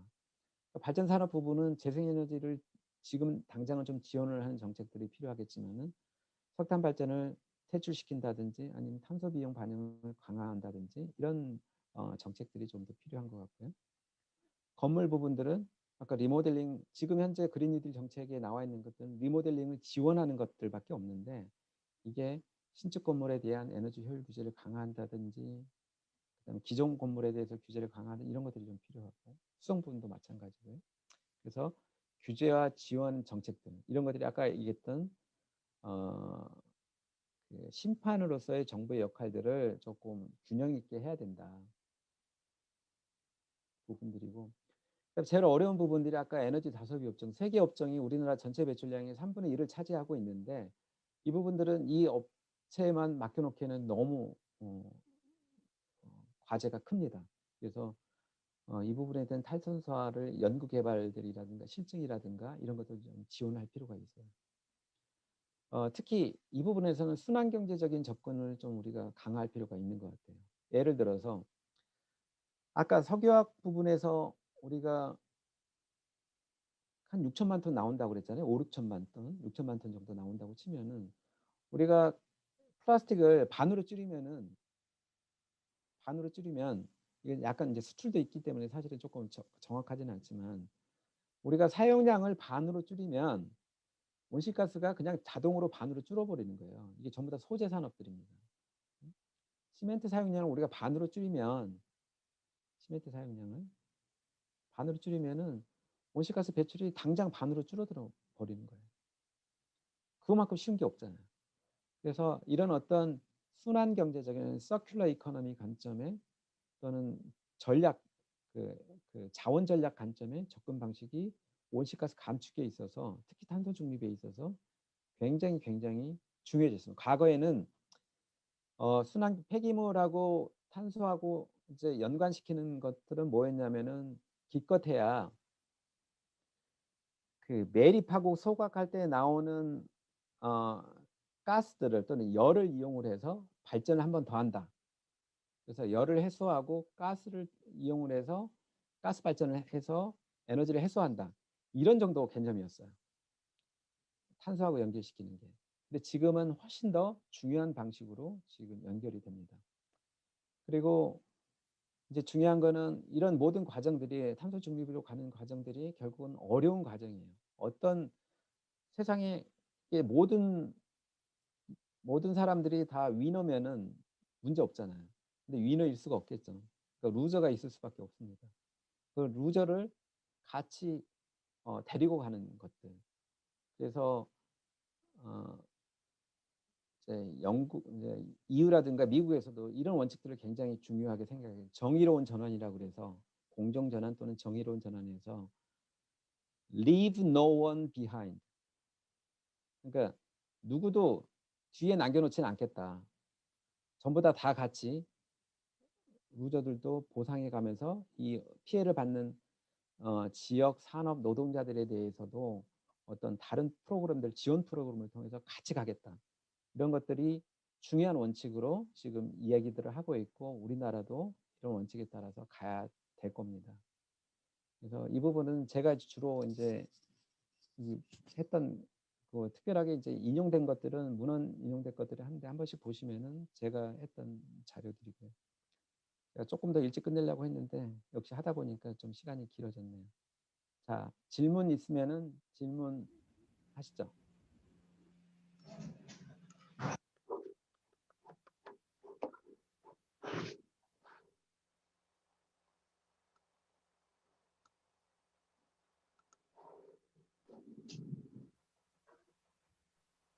네, 질문 있으신 분께서는 네, 조소연님 질문 있으신가요? 유정님 먼저 채팅 주셨는데 순서대로. 네, 먼저 채팅 주신 순서대로 현유정님 질문 먼저 하시면 되겠습니다. 네. 두 가지 질문 드리고 싶은데요. 지금 정부에 실제로 소속돼서 일하시는 셈이잖아요. 그러면 가까이서 뭔가 자꾸만 뭔가 공격적으로 좀 더 적극적으로 전환이 잘 이루어지지 않는 그런 모습들을 많이 보실 것 같은데 어떤 점들이 있었는지 조금 궁금하고요. 또 두 번째로는 우리가 이제 그린 뉴딜 선언을 했으니까 넷제로 선언도 하고 그래서 그 준비를 체계화해야 한다고도 얘기하셨잖아요. 근데 누가 뭔가 정부 중에서도 어떤 주체가 이렇게 딱 전체적인 시각으로 체계화를 시켜야 될 것 같은데 어디서 그런 역할을 하는지 좀 궁금합니다. 그 질문 하나하나 답변하면서 이제 지나갈게요. 첫 네. 번째는 그 탄소 중립에 대해서 공격적으로 못하는 이유가 뭐냐. 이게 결국 이해관계에 있었던 부분들이 있겠죠. 특히 이제 산업통상자원부에서 조금 보수적이었는데, 그러니까 아까 얘기했듯이 그 우리나라 전체 이제 배출량의 3분의 1을 철강, 석유화학, 시멘트가 하고 있는데 여기들이 전부 다 소재 산업이에요. 그래서 이 부분들에서 탄소 감축을 하기 위해서는 비용들이 굉장히 좀 많이 들어가잖아요. 장기적인 플랜이 필요하고 여기서 비용이 많이 들어가면은 결국 그걸 이용하는 그 소재를 이용하는 자동차 산업 예를 들어서 철강을 이용을 하게 되잖아요. 그 철강의 비용이 또 올라가는 구조가 됩니다. 그래서 이런 어떤 높은 비용에 대한 이제 거부감들이 있었던 거죠. 이게 우선적으로 산업통상자원부의 우선적인 목표는 기후 변화 대응이 아니라 결국은 우리나라 산업의 육성, 경제 문제를 초점을 두고 있다 보니까 그런 부분들이 불가피하게 있었던 것 같고요. 근데 최근에 그 대통령의 탄소 중립 선언과 함께 어쨌든 1년, 2년, 최근 1년 새에 엄청나게 많이 바뀌었어요. 이렇게 좀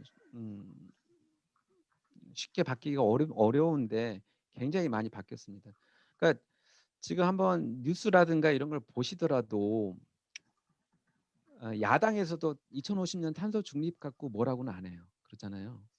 근데 2050년 탄소 중립이 대통령이 얘기하기 전에는 정부 부처에서도 굉장히 그 고개를 이렇게 흔들었습니다. 2050년 안 된다. 우리 도저히 불가능하다. 대통령이 얘기하고 나서는 공무원들도 그래 가야지 하는 의지. 그다음에 야당에서도 없어요. 야당에서도 사실 하기는 쉽지는 않을 거예요. 미국, EU, 중국, 일본 다 안 되는데 우리나라만 못한다? 이 불가능할 겁니다. 특히 바이든 정부 와 있는 상황에서는 뒤집지는 못할 거예요.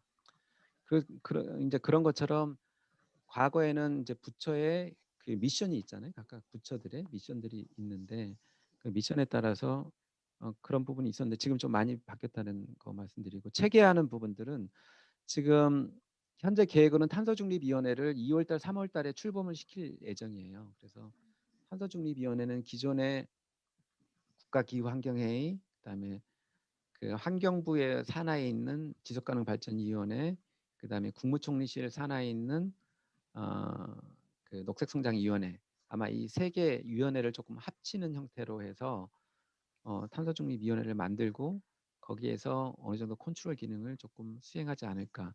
지금 현재는 당정협의회, 지금 현재는 당정, 그린 뉴딜 당정협의회에서 당은 민주당이고 정부의 그 협의를 통해서 좀 진행을 하고 있는 것 같아요. 자, 이걸로 답변이 됐으면 두 번째 박도현님. 네, 질문하겠습니다. 예, 예. 현재 탄소 중립을 위해서 실제로 에너지나 사업, 건축 분야 등에서 다양한 규제나 정책이 촘촘하게 있는데요. 그럼에도 불구하고 이러한 체계적인 이행 점검의 수단의 부재로 인해서 다양한 정책 효과 간의 격차가 발생하게 되기 때문에 이런 정책이 시행되기가 어렵다고 알고 있습니다. 그러면은 왜 이런 이행 점검이나 사후 관리 같은 것들이 제대로 이루어지지 않는지가 궁금합니다. 그 지금까지는 정책이 좀 촘촘히 없어요.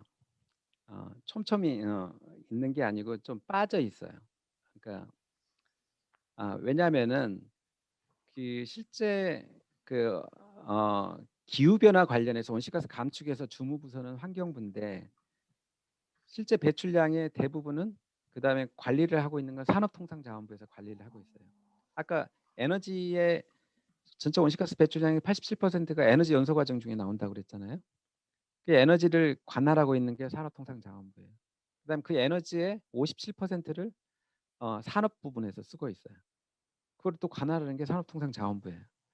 그래서 또는 수송 부분에 온실가스 배출을 하고 있는데 그건 국토부에서 하고 있죠. 국토교통부에서. 건물 부분에서 나오는 거는 그것도 국토교통부에서 관리를 하고 있잖아요.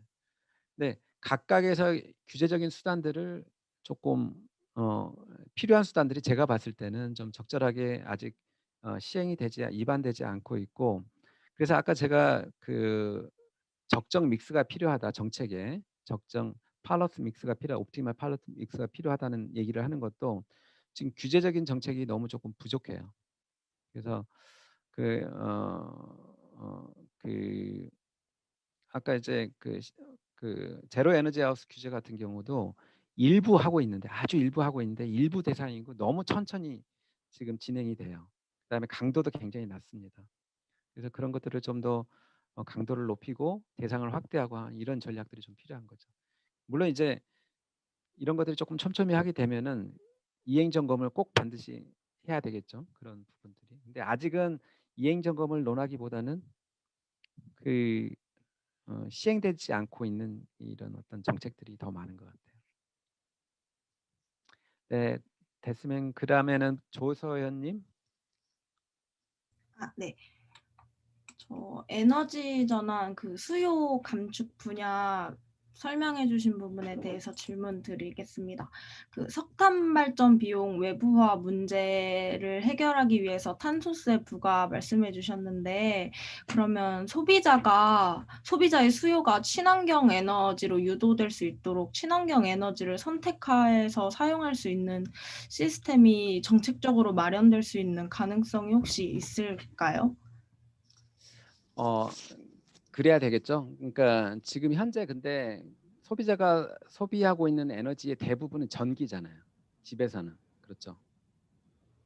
그래서 집에서 소비자가 소비를 하려면은 지금 이제 아마도 녹색 요금제라고 그래서 재생에너지를 생산해서 만든 에너지를 이제 소비하는 그런 요금제를 이제 도입을 해야 되는데 그런 부분들이 지금 논의가 되고 있고 아마 기업 부분들은 지금 할 수는 있어요. 근데 지금 소비자까지는 좀 안 들어 있고 지금 현재 우리와 같은 소비자 말고 조금 한단 좀 기업들이라든지 이런 부분들을 좀 생각을 해보면은 이런 부분들이 있겠죠.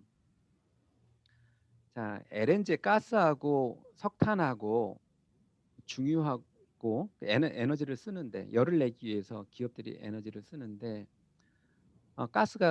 온실가스가 제일 적게 나오잖아요. 또는 다른 미세먼지 제일 적게 나오는데 비싸요. 그렇기 때문에 석탄을 좀 많이 씁니다. 석탄을 쓰는 기업들도 많이 있어요. 그러면 석탄의 미세먼지라든가 또는 온실가스에 따른 피해 비용을 석탄뿐만 아니라 뭐 가스에서 부과를 하더라도 가스는 조금 부과를 하게 되고 석탄은 많이 부과하겠죠. 그런 경우에는 결국은 에너지 상대 가격, 그 석탄 가격하고 LNG 최종 가격들의 이제 비를 바꿔주는 거기 때문에 에너지 선택에 영향을 미칠 수 있을 겁니다. 그런 부분에서. 근데 지금 현재 우리가 개인이 사용하고 있는 에너지는 거의 지금 전기 에너지이기 때문에 우리가 현재는 선택권이 조금 없어요. 그다음에 정수진님. 예. 저 죄송한데 하나 더 있는데 예. 아까 그 질문 받은 거에서 파생된 질문인데 그 산업통상자원부에서 약간 민감하다고 말씀해 주셨는데 그 미국이나 EU에서 이제 탄소 국경세 도입한다는 얘기가 들려와서 근데 우리나라는 이제 수출 위주 제조업 산업이 대부분이잖아요. 근데 이런 산업들의 경쟁력이 떨어지는 걸 더 우려해서 산업통상자원부에서 더욱더 적극적으로 이런 제도적 기반을 더 마련하려는 의지가 더 있지 않을까 저는 이렇게 생각이 드는데 지금 현재 상황은 약간 더 자초 산업을 더 우려하는 분위기인지 좀 궁금합니다. 지금 그 산업통상자원부에서도 그런 부분을 우려를 하고 있고요. 그래서 그런 우려를 해서 지금 올해 초부터 알리100이라고 그래서 우리나라에서도 기업들이 알리100을 할 수 있도록 그 재생에너지를 구매할 수 있는 여러 가지 방안을 조금 물론 제가 볼 때는 문제점이 조금 있는데 어쨌든 그런 방안을 지금은 제안을 하고 이제 시행을 하고 있습니다. 그래서 그런 부분들을 하고 있고 또 하나 온실가스의 탄소세라든지 배출 국경 조정 조치에 대비를 해서 여러 가지 이제 그 관련 산업들하고 논의는 하고 있는 것 같아요. 근데 아직 이제 미국이나 EU도 아마도 아직 한 1, 2년, 미국 같은 게 한 3년 정도 이런 구체적으로 시행되려면은 아직 좀 시간적 여유가 있기 때문에 여러 가지 지금 그 전에 기초 연구 정도의 수준에서 지금 연구를 이제 시작을 하고 있습니다. 예, 다 됐으면 이제 정수진님. 저는 그 에너지 수요 전기화에 관해서 간단하게 질문 드리겠습니다. 그 지금 풍력이랑 태양광 에너지 공급 과잉으로 문제가 되고 있는데 혹시 에너지 수요의 전기화가 이루어지면 이런 부분도 조금 해결이 될 수 있는 건가요? 그 태양광하고 풍력은 지금 사실은 과잉은 아니에요. 근데 이제 물론 이제 과잉 일부 그 제주도 같은 경우는 일부 특정 시간대에 특히 낮 시간대에 이제 수요량에 비해서 공급량이 조금 있기 때문에 이제 일부는 커테일먼트라고 그래서 일부는 이제 차단을 하고 있는데 지금 현재 우리나라 전체 재생에너지 발전량이 전체 발전량이 한 6% 정도밖에 안 돼요. 지금 현재 이제 과잉을 논할 때는 아니고 그리고 이제 그 과잉의 문제를 근데 이제 아까 얘기했듯이 기억할지 모르겠지만 2050년에 제가 생각했던 시나리오에서는 태양광이 300기가와트 그다음에 풍력이 150기가와트잖아요. 근데 그 당시에 지금 현재 아마 통상적으로 우리가 최대 전력이 지금 최대 전력이 100기가와트 정도 나와요. 최대 전력이. 그러니까 적게 나올 때는 적게 나오는 날은 특히 봄, 여름의 주말에는 한 50기가와트밖에 안 나오거든요. 그러면 자 주말에 2050년에 잘 상상을 해봐서 태양이 막 비치고 있어요. 그러면 태양광이 풀로 발전해요. 그다음 이상하게 바람도 많이 불어. 그래서 하다 보면은 그 12시에 1시에 낮 12시 1시에 발전량이 400기가와트가 될 수가 있어요. 300에서 400기가와트가. 그러면은 50기가와트 우리가 쓰는 거 또 많아야 100기가와트 이상의 200에서 250기가와트가 남는 거잖아요. 그때는 정말 남겠죠. 낮에는. 그래서 그 남는 것들을 결국은 저장을 해야 됩니다. 저장하는 방식이 지금 우리가 고민하고 있는 게 배터리하고 수소로 저장을 하려고 지금 생각을 하고 있어요. 수소로 전환시켜서 잉여 전력을. 그래서 그 부분들은 그래서 그런 부분들을 수소를 생산을 해서 결국은 아까 얘기했던 철강 산업에서의 수소화하는 저체를 이용을 한다든지 아니면 다른 부분에 이용한다든지 아니면 그걸 가지고 다시 발전량이 작을 때 발전을 한다든지 그런 방식들을 생각을 하고 있습니다. 됐나요? 네네, 감사합니다. 그다음에 이지우님. 네, 안녕하세요. 저는 네. 질문 두 가지 드리고 싶은데요. 일단 아까 그 국내 풍력 발전이 이제 2050년까지 100배가 되어야 한다라고 말씀하셨는데 이제 거기에 대해서 저는 작년에 우리나라 풍력 발전 실질적인 이용률이 적정 이용률에 또 미치지 못하는 걸로 알고 있어서 그게 그러면은 그 적정 이용률을 기준으로 계산된 수치인지 아니면 우리나라의 지금 그 실질적인 이용률을 감안해서 계산한 수치인지 알고 싶고요. 그리고 두 번째로는 이제 우리나라 2030년 NDC 제출이 확정이 되긴 했지만 그 상향되기는 했지만 그것도 기준이 물론 BAU 대비해서 절대량으로 바뀌어서 이렇게 기준이 강화된 건 맞지만 어쨌든 그 수치 자체가 EU나 이런 데에 비해서는 현저히 낮은 수준이잖아요. 그래서 저는 물론 2050년에 넷제로를 달성한다고 했지만 어쨌든 중요한 건 2030년까지 정말 엄청나게 혁신적으로 탄소 배출량을 감축해야 하는데 그 20%대의 탄소 배출량을 2030년까지 감축하는 수준으로 1.5도씨 목표를 달성할 수 있는지가 궁금하거든요. 그래서 이 두 가지 질문을 드리고 싶습니다. 그 풍력 발전 이용률들은 이제 그러니까 이용률 개념이 뭐냐면은 이게 태양광 같은 경우는 그 낮 시간대만 우리가 하잖아요. 낮 시간대만. 그래서 태양광 발전하는 이제 풀로 100% 풀로 발전한다고 봤을 때 우리가 통상적으로 3.5시간 정도 하루에 발전한다고 봐요. 왜냐하면 구름 낄 때도 안 되고 비 올 때도 안 되고 어떤 날은 물론 10시간씩 할 수도 있지만 그래서 이런 걸 봤을 때 3.5시간 정도로 하고 그래서 통상적으로 우리 기존의 데이터를 쭉 보면 한 15% 정도가 이용률인 거예요. 자, 이용률이라 하면 그 기계가 갖고 있는 최대의 발전량 기계가 갖고 있는 최대 발전량. 그러니까 8,760 시간, 그러니까 1년 8,760시간 동안에 발전하는 최대 발전량에다가 을 분모로 하고 실제 발전량을 나눈 거를 이용률이라고 쳐요.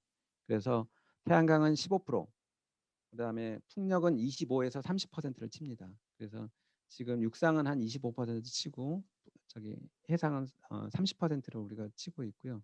그래서 제가 가정했던 거는 태양광은 15%, 해상은 30% 가정을 했는데 이용률이 낮게 나왔다는 거는 약간의 조금 그 자료는 저도 언뜻 본 것 같은데 대부분 한 25에서 30% 해상 같은 거 30%더 나오는데 일부 우리가 해상 풍력은 지금 한 군데밖에 없어요. 우리나라에 탐나 해상이라고 그래서 제주도에 하나밖에 없는데 그게 한 30% 정도 나옵니다. 근데 작년 같은 경우는 한 28% 나온 것 같은데 재작년에는 31%가 나왔어요. 또는 32%가 나오기도 하고 그래서 평균적으로 보면 한 30% 정도가 맞고 그 정도 수준은 크게 이제 과장되지 않은 수치고 두 번째 2030년 상향하는 거. 2030년 우리 이번에 이제 12월 말에 NDC 제출했는데 NDC는 똑같이 냈습니다. 상향 안 하고 제출했어요. 2030년 거는 그 작업도 안 했고 상향하지 않았고 다만 이 대통령이 2050년 탄소 중립 시나리오를 조금 구체화시키면서 2030년 목표도 상향하는 것, 상향 제출하는 것들을 검토하자 이렇게 했기 때문에 내년 말까지 2030년 감축 목표 상향은 검토를 할 거예요. 그래서 그게 EU 같은 경우는 아까 얘기했듯이 원래 제출했던 목표보다도 10에서 15% 포인트를 높인 거고 우리나라는 어떻게 할지는 한번 조금 두고 보죠. 지금 현재. 근데 2030년, 2050년 넷제로 했는데 지금 현재 그 우리 감축 목표 2030년 제출한 NDC는 그 넷제로에 어울리지는 않는 목표예요. 넷제로에 어울리지는 않은 지금 5억 3,600만 톤 제출했는데 넷제로에 어울리지 않는 목표고 최소한 앞이 4자리 수가 4억 톤 정도 수준이 돼야지 어느 정도 그나마 그냥 그 미안하다 하고 제출할 정도 될 겁니다. 아마도. 됐나요? 네, 제가 본 기사랑 좀 다른 내용이 있는 것 같긴 한데 네, 네. 네 감사합니다. 네. 그다음에 홍혜림 씨. 네, 안녕하세요. 저는 네. 공정 전환에 대해서 말씀하셨는데 그 부분에 대해서 질문을 조금 드리려고 합니다. 그 공정 전환, 그러니까 정의로운 전환의 중요성에 대해서 말씀하셨는데 혹시 산업이 전환이 되었을 때 보호나 보상에 대한 정책이 있는지 아니면 그런 계획이 있는지 좀 궁금합니다. 지금 그런 부분들은 이미 이제 정책은 있어요. 그러니까 예를 들어서 지금 조선산업이라든지 이 부분에 대해서 우리가 여러 가지 지원들을 하고 있잖아요. 조선산업들 이제 지원하고 있고 우리 어디 있죠? 삼척에 카지노가 있던가요? 삼척에 있나요? 카지노가? 아니 거기 군이 뭐죠? 태자로 시작하는 군이 뭐죠? 거기? 그러니까 그쪽에 카지노를 하나 만들어줬잖아요. 국내 카지노는 그러니까 한국 사람이 들어갈 수 있는 카지노는 유일한 카지노가 거기다가 만들어줬는데 그게 석탄 산업, 탄광 지역들에 대한 어떻게 보면 지원 사업으로서 그 카지노를 열어준 거거든요. 거기에다가 그래서 이제 그런 형태로 기존에도 그 쇠퇴 산업들 에 대한 어떤 산업적인 지역이라든지 산업에 대한 지원 정책들은 갖고 있었어요. 그래서 그런 정책들을 아마 계속해서 이어가려고 하고 있고 특히 우리나라는 다행히 탄광들은 별로 없어요. 이제 남아있는 국내산 탄광은 굉장히 적은 숫자고 다만 석탄 발전소 지역들이라든지 이런 부분들이 주로 이제 영향을 조금 받지 않을까 생각을 하고 있어서 전체 우리나라 석탄 발전소가 한 60기 정도 되는데 그 중에 30기가 충남에 몰려 있습니다. 그래서 충청남도가 굉장히 이런 정의로운 전환, 공정한 전환에 관심이 많이 있고 그래서 그쪽에서도 여러 가지 연구들 또 이런 부분들을 좀 하고 있어요. 감사합니다. 또 지금 현재 그 채팅으로 신청하신 분들은 전부 다 제가 질문하고 답변을 한 것 같은데 뭐 추가적인 질문 있으면은 그냥 자유롭게 좀 하시죠. 아직 뭐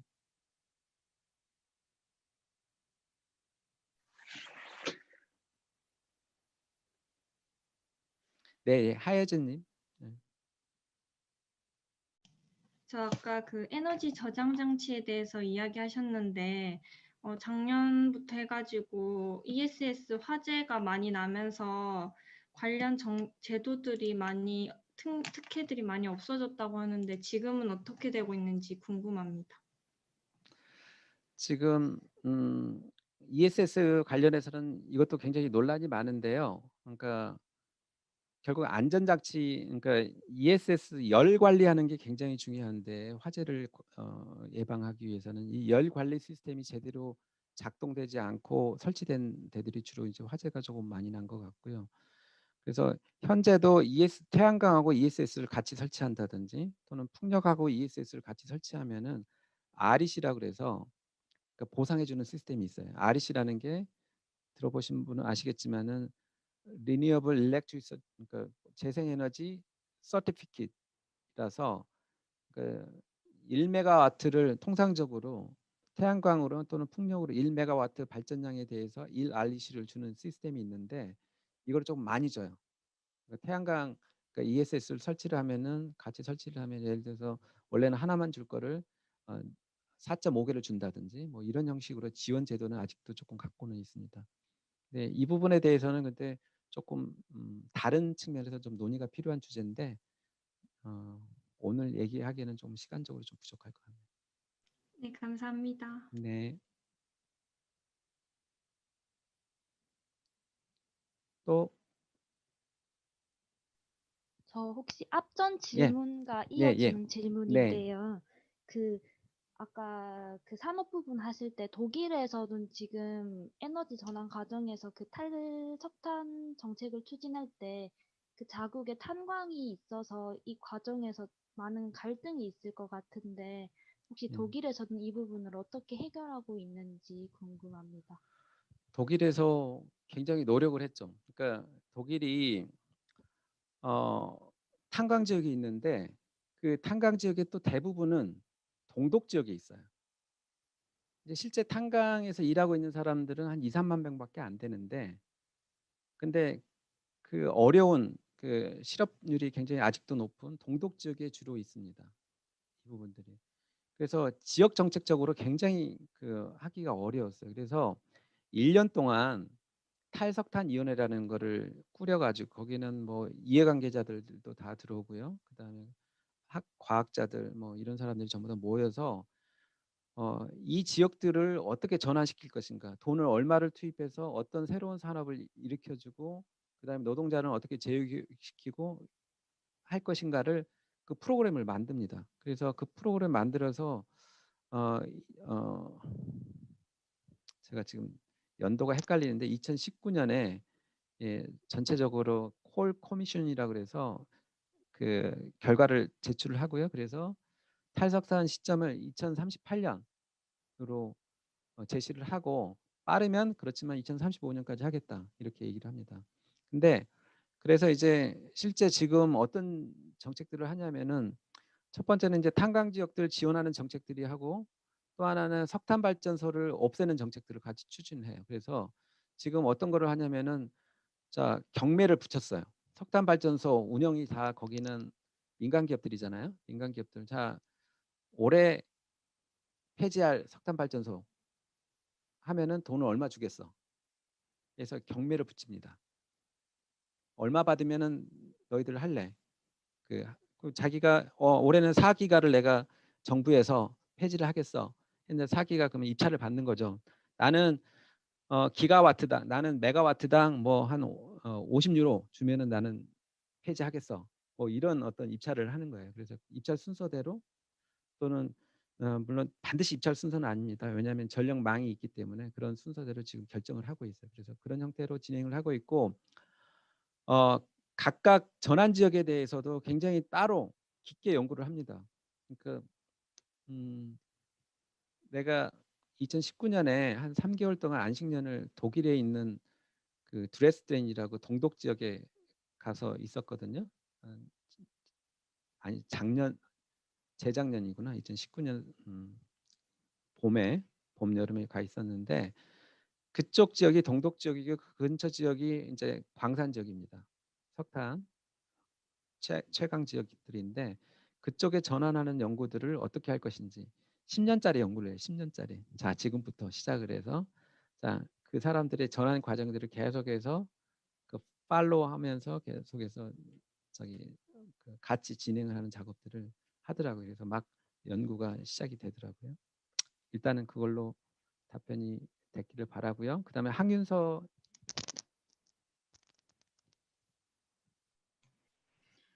아까 말씀하셨던 제주도 전력 과잉에 대해서 네. 제주도 내에서는 그렇게 일어나지만 전국 단위로 하면 6% 차지한다고 하셨었잖아요. 근데 지금 상태로는 제주도, 속히 말해서 제주도 한 바퀴를 해상풍력 발전소로 삥 둘러서 건설하겠다 약간 이런 게 있는데 그런 거에 대해서 나중에 그런 전력 과잉은 어떻게 해결 방법이 있는지, 그리고 다른 국내, 제주도 말고 국내 육지에서는 더 지을 그런 계획이 없는지, 아니면 제주도에서 그 생긴 전력 과잉을 저장해서 육지에서도 효율적으로 쓸 수 있는지 그게 궁금합니다. 지금 현재 원칙적으로는 제주도에서 남은 전력을 육지로 송전할 수 있게 돼 있어요. 현재. 근데 지금 이제 송전선로가 그 육지에서 그 완도 쪽에서 이제 두 선이 이렇게 들어오는데 할 수 있는데 이론적으로는 가능한데 근데 지금 오는 방향을 바꾸려면 한 6시간 정도 장비를 조금 이렇게 스위치를 교체를 해야 돼요. 그렇기 때문에 현실적으로는 불가능해요. 이렇게 반대 역송하는 게 육지로. 그래서 그런 현재 남는 전력을 육지에서 쓰는 거는 지금 현재 시스템으로는 불가능하고요. 다만 그래서 남는 걸 어떻게 할 거냐. 그래서 지금 제주도에서 이제 실증 연구가 들어가는 게 남는 전력으로 수소를 생산하는, 아까 얘기했던 전기 분해를 해서 수소를 생산하는 것들. 그다음에 ESS를 통해서 저장했다가 저녁에 쓰는 것들 또는 이런 부분들을 지금 생각을 하고 있어요. 근데 문제는 단순히 기술적으로가 중요한 게 아니라 두 가지 이슈가 있어요. 이제 그 제주도만큼의 지금 발전량이 앞으로 10년 내에 그 본토에도 일어날 거예요. 그 정도가. 그런 어려움들이 그런 어떤 발전량을 줄이는 일부 갑자기 커테일을 해야 되는 상황이 10년 내에 본토에서도 이제 발생을 할 거예요. 우리 본토에서도. 그러면 어떻게 해야 되느냐? 단순히 ESS 저장할 거냐? ESS는 비싸잖아요. 그러면은 그때 저장, 그러니까 그 지금은 낮에 저장을 해줘야 되는 거예요. 낮에 저장을. 그러니까 피크 타임이면서도 저장을 해야 되는 거예요. 저장을 하는 것들을 돈을 주고 저장을 하게끔 해주고, 그거를 시장 메커니즘에 맡겨서 어떻게 하면은 이제 어느 정도 수준의 그 가격을 실시간으로 결정하게끔, 그때 저장 가격을. 그러면은 결국은 그 저장이 필요한 만큼의 그 가격 결정이 되면은 그런 어떤 시장 참여자들에 의해서 조금 그 룰인데, 그러니까 룰이 아직은 안 만들어졌지만 단순히 ESS만 설치하면 되는 게 아니라 시장에서 그거를 시장 참여자들이 ESS를 설치하게끔 하는 유도하는 정책들이 또 필요합니다. 근데 그 부분은 아직 안 만들어져 있고 2, 3년 내에 그걸 만들려고 노력은 하고 있어요. 네. 그 다음에 제가 고정원님을 내가 아까 넘어가 버렸나요? 다시 질문 한번 해주실래요? 네, 미안합니다. 감사합니다. 네, 네. 네, 저는 다름이 아니라 네, 이게 예. 재생에너지원이 들어서면서 전력 개통망 설비가 추가로 필요한 걸로 알고 있거든요. 근데 네. 이러한 경우에 이제 한전 같은 공기업이 부담을 하게 되는 것인지 아니면 아니면 이제 정부는 어디까지 개입을 하고 지원을 하는지가 네, 궁금합니다. 네. 지금 그거는 국가마다 다 달라요.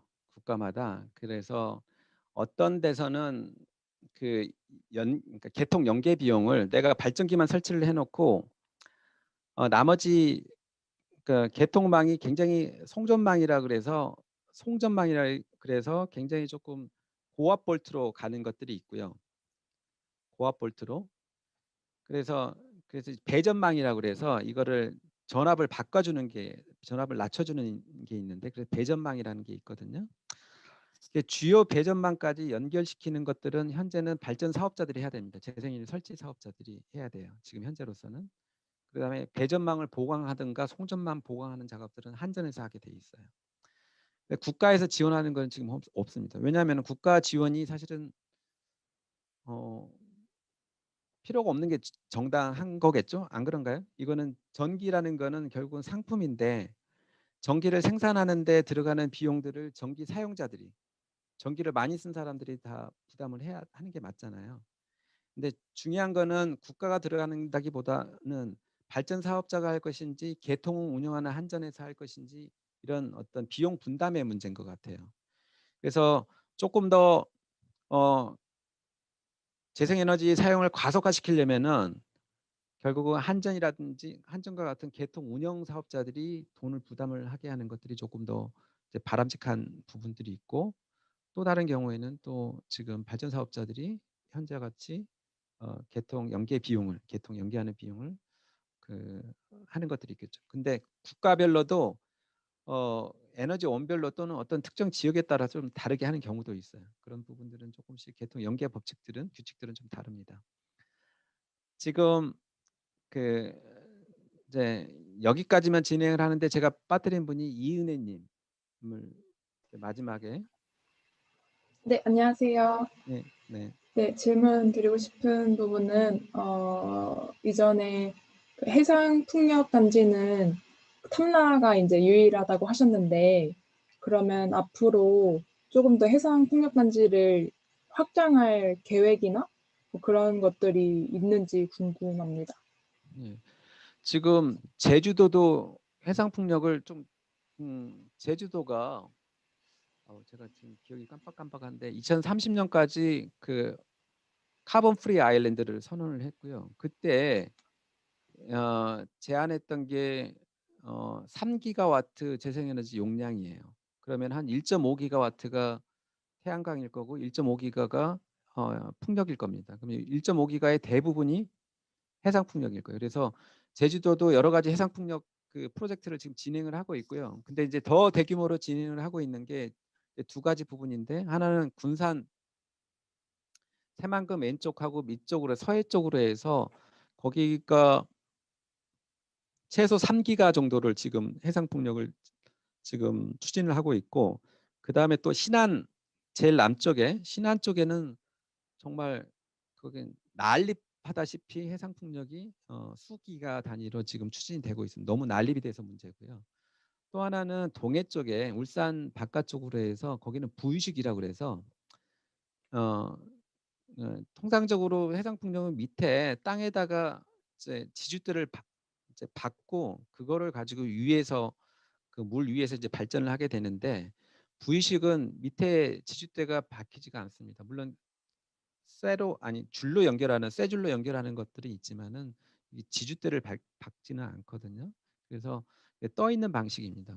그래서 그런 형태로 해서 동해는 워낙 깊기 때문에 통상적으로 30에서 50m 수심이 일반적인 해상 풍력의 최대 수심이에요. 그 이상 가면 경제성이 없어서 전부 다 부유식으로 가야 되는데, 뜨게 해야 되는데, 동해는 굉장히 급격하잖아요. 경사가 해안이. 그래서 동해 쪽은 일반 해상 풍력은 불가능하고 부유식으로 하고 있는데 거기도 6기가와트 정도를 현재를 추진하고 있어요. 그래서 전체적으로 보면은 한 2030년까지 사실은 한 15기가와트를 해야 되는데 목표가 그게 거의 다 해상 풍력으로 지금 추진되고 있다고 생각을 하면 될 거예요.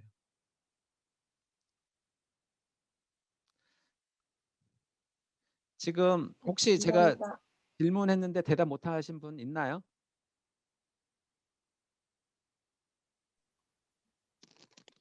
네, 대충 없는 여기 것 같습니다.